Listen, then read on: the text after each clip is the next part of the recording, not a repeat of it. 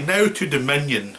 Dominion is the original prequel film to The Exorcist, all about Father Merrin in Africa trying to exorcise a demon out of a young boy. Film was made twice because they saw the original film, which was a very subtle film, and they hated it, and they didn't just didn't recut it, they reshot the whole film as a different film, which was Exorcist the Beginning, which I'll get to in a minute, which is that's a terrible movie. But this is the good one. This is the actual one that Schrader made, and it's got its flaws, but it's a really subtle film. I mean, it starts with a horrible sequence where Father Merrin's during the war. Father Merrin is just a simple country priest who the Nazis have had some of the people killed, and either he chooses 10 people, says they were the people who did it, or they'll kill everybody in the town. And he's got the choice: have 10 people murdered or everybody dies. And he can't do it to start with, but he has to do it just to save people's lives, but it totally ruins him and totally destroys his faith. And that's a terrific sequence, but I mean, it's a little bit weird because the way it's edited, because the film wasn't finished editing, then it came back and Schrader only had a short time to finish it. This one sequence at the end of it, there's a stylisation which, if they had a bit more money, I think it would work better. I think it was just, you'd tell it wasn't quite finished the way it should have been. It was a bit off, the pacing was a bit off with it, but it's still a terrific sequence. And I mean, the problem with the film is basically it wasn't finished, because it was they saw the first cut, abandoned the whole film and started again. And then when Paul Schrader was brought back to finish it, he had very little money to finish it. So there's a couple of little things, like shots that go a bit too fast at times, and a couple of little bits and bobs that don't quite work, which would have been fixed if they'd more time and money, if the film was still the main release film. But those are like minor flaws, because I mean, the film is really about the idea about how evil spreads in the community and how people's biases can get manipulated, how people can get crazier and crazier over their enemies, and how things can just get out of control slowly over time as little things happen. People make bad decisions and evil spreads through that, rather than one figure just being ha ha ha, I'm evil. I mean, the idea is that evil spreads through, everyone's flawed, every person's flawed, there's no one evil person, everyone's flawed, they've all got their biases, they've all got their weaknesses, and this idea of the supernatural evil builds in that to create basically a war. So it becomes a metaphor for wars. The plot is they find a church, this old church that's been buried in Africa. They start to uncover it, and as they uncover it, something escapes from it, this presence escapes and possesses someone, and there's also a thread of evil that comes through everyone else that affects people and makes people feel like all the worst demons come out, all the things that are bottling up come out, and they have to try and face them. And it's a very grown up film, because it's not about, oh, we have to kill the bad guy, it's more like, how do we do the best for these people, how do we survive this situation and get people out and don't let it get worse. That's what the film is. There's lots of little nice dialogue scenes talking about the war and talking about how things happened and how everyone's got something in the past they're really ashamed of, but just had to do it to survive. And some wonderful stuff. I mean, everything's slightly ajar as the evil comes out. I mean, things like coyotes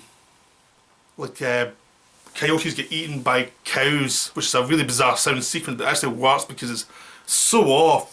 Like, it's a sign of nature's going off somewhere. And the church itself is creepy, with all these weird little faces in the architecture, and the way it's shot is beautiful. And the whole feeling of the film is that something's off. It's not like jump scare, it's just something's off here, there's something off, the people are acting, something's just off. It's something that I really like. It's something the Exorcist 3 had as well. It's not about jump scares, it's about something's really not quite right here. There's something, it's all about the actors, are very subtle, everyone's haunted. There's some beautiful stuff in it. I mean, like when basically, as things get worse, people actually just go mad and do things that are, I mean, they're tainted by evil, whatever, for the future, even though they try not to be. And there's the Northern Lights come at the end as things are getting really bad, and it just floats above everybody as everyone prepares to go to war, and it's a beautiful sequence that then turns into an exorcism where basically it's a sign of the evil being dissipated as well. And that's like something a real director like Paul Schrader would actually do rather than some hacky studio work. It's just so well done.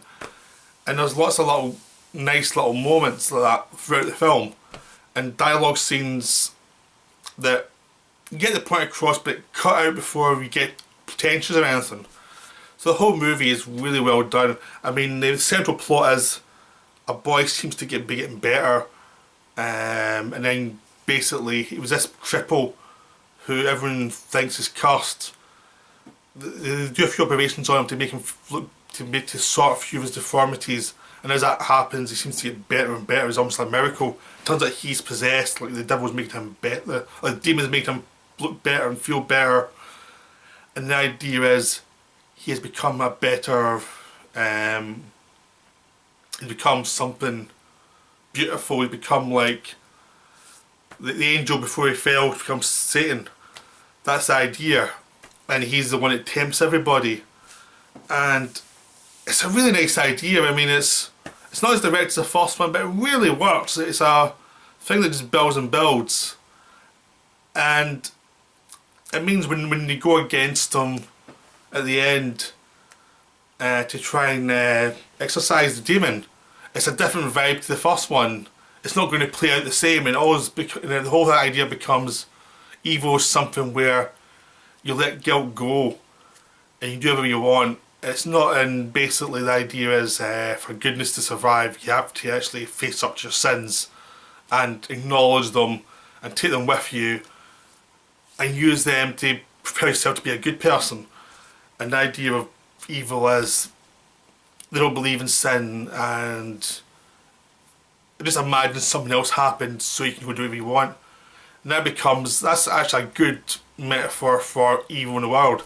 So the whole film is very underrated. I mean, the problem was it came out after the remake of it, and it was telling a similar story, so when people saw this one, it didn't jump out as well as it should have, because you've already seen the story. But I mean, it means hopefully now people who have seen it now will probably hopefully see how good it actually is. It's a very strong film. So, terrific film. Hope everyone enjoys it. It's definitely recommended. It's another really strong film. It's probably my favourite of the Exorcist movies. I like it better than the first actually, because I think it's a more humane film, and it's more interesting. But that's just my taste. I mean, most people disagree with me on most of this video, so what can we do?